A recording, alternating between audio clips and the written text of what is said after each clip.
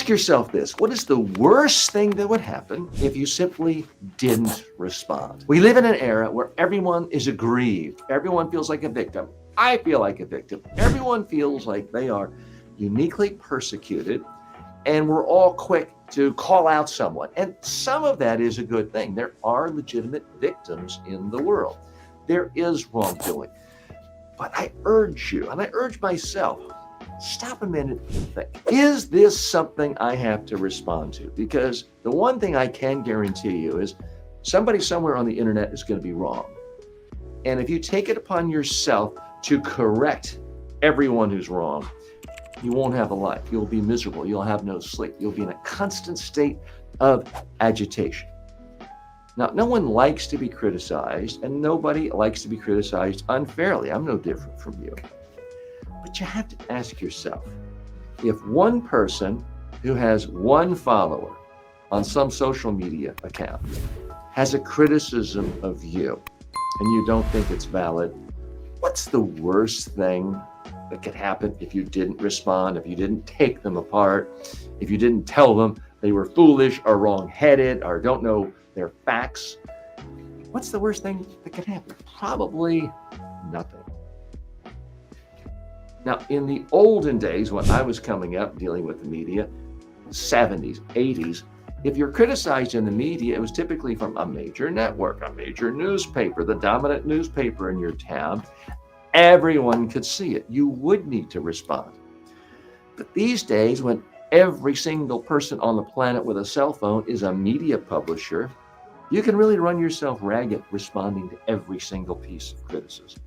And sometimes you make things worse. By responding, you put the spotlight on the criticism. You give more credibility to it. Other people can weigh in. It turns into a whole confrontation and conflagration. Don't do that. Sometimes the best response is silence. And if you really want to get back at your enemies, sometimes the best way of getting back is not responding. They want you to respond. They want you to get angry. Nothing angers certain people as much as you being silent, because you're showing them that they are not even worthy of your time. They're not even worthy of a critique. That's often the biggest insult you can give. It's often the best insult you can give.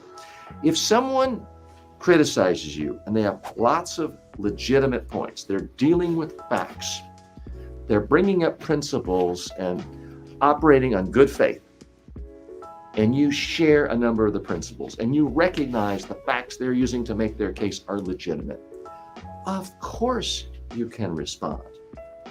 By all means, respond. Be a part of the conversation. But you've got to be selective in what conversations you want to be a part of.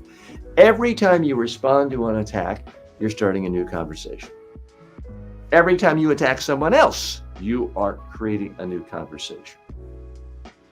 Now, everyone from Warren Buffett to Steve Jobs says the difference between successful people and really successful people is that really successful people say no to almost everything. They say no to anything that isn't truly central to their core mission. I would ask you to do this for your own communication. Ask yourself, if I get involved in this debate, is this really central to my mission of helping people with whatever it is you do? Or is it just a matter of my vanity, my pride? Someone said, my hair doesn't look good, or they don't like my nose, and I can see their picture and they don't look good either. Guess what? Nobody else cares. Nobody cares what one critic on the internet looks like.